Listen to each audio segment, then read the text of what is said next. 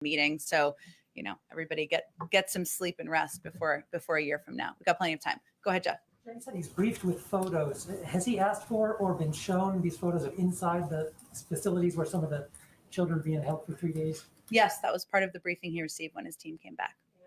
He approves of what he saw. It didn't look too uncomfortable. I know the media are trying to get in there to get their own pictures. It looks okay to him?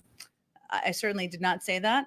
This is the Border Patrol facilities are not facilities made for children.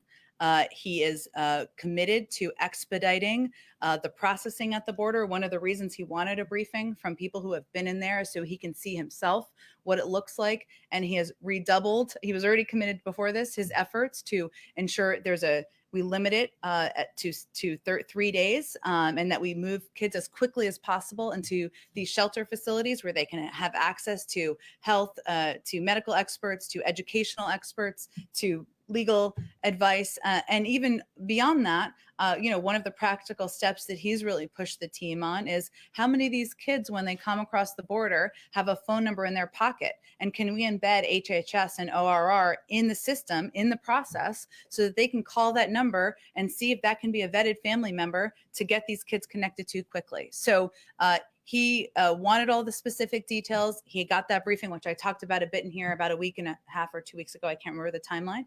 And since then, we've put in place a number of steps to expedite the process, to look for additional facilities, and to look for ways to improve the very challenging situation at the border.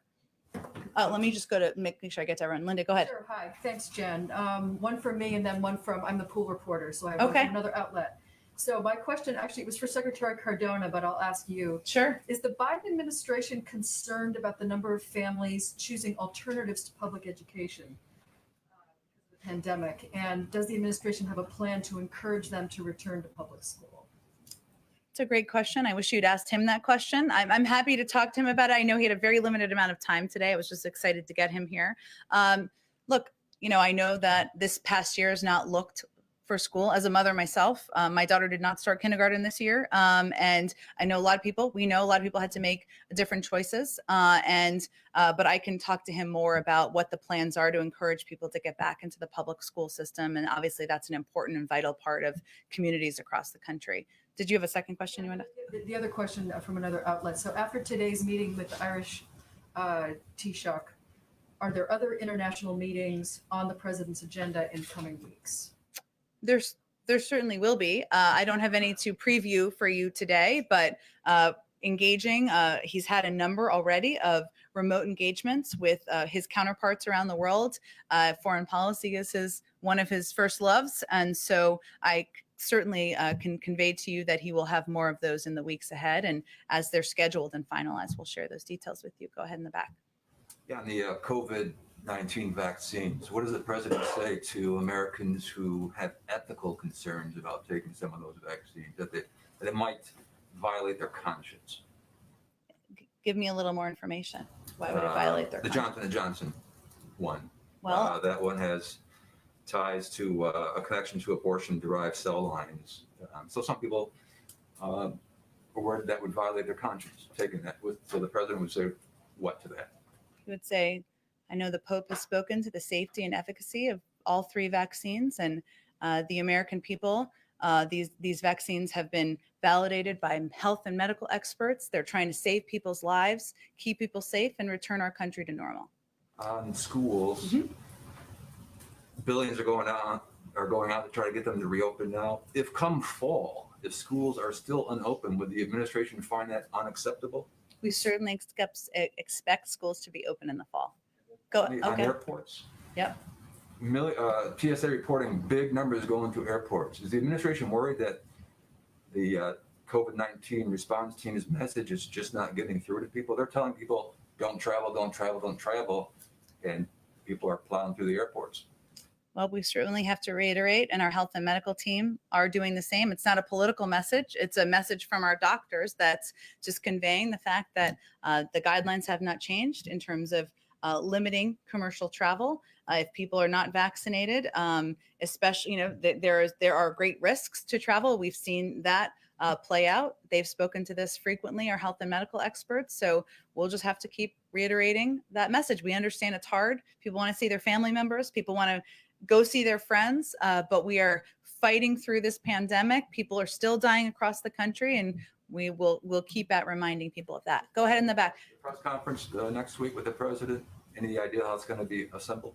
Will it be in here or somewhere else? I don't think it will be in here because it would be very limited numbers in here. We are working to figure out where we can do it in the White House to ensure we have a greater number of people who can attend, and we will do that in a very transparent manner. So we're site looking at this point in time, and we'll have more updates for you soon. Go ahead in the back. First question from a colleague: is President Biden going to call the president of Ukraine, Zelensky, in the near future? Do you have any update or any other potential engagements in the near future? I don't have any previews for you on foreign leader calls at this point. Typically, we preview those maybe the day before, but I'm sure he will have some in the near future, but I don't have any specific ones to preview for you today. And on the vaccine, the president said yesterday that the US is in talks with several countries about sharing vaccine. Mm-hmm. In the past, you criticized Russia and China for so-called vaccine diplomacy, and you suggested that it should be done through international project or institutions. So do you exclude sharing vaccine on a bilateral basis?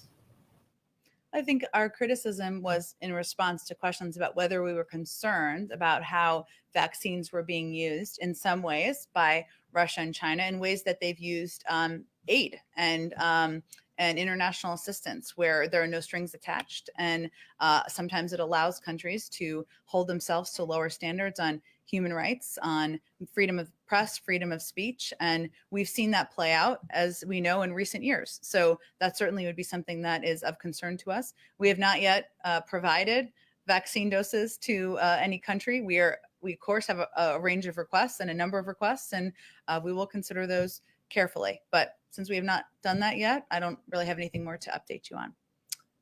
Back on the border. Yeah. You talked about the team that went to the border. Yes. They briefed the president. They've shown him photographs. Yeah. I think there was a request at some point to have members of that team come to the briefing room and do a briefing. So where does that stand? And since there are photos from that team, why not release those, since with the previous lines of questioning, you have said go to the Border Patrol or go to DHS for the access questions? I'm happy to invite them to the briefing room and talk to them about the photos. And will that team return to the border, or some other configuration of staff members? Will they be making periodic trips down there to assess conditions, or was this one and done? I expect we'll have additional trips to the border, but I don't have one to preview for you today. Thank you, everyone. Happy St. Patrick's Day. You said 425,000. I was 400. I was saying that if you're a billionaire, you're going to pay more in taxes than somebody making 425, over 400. I was just as an example. Oh, okay. Yeah. Okay. Sorry, I wasn't trying to change the threshold. Yeah, but we were just like, oh no. new No, threshold. no. I should have used something more, 572 something. Thank you. Thank you.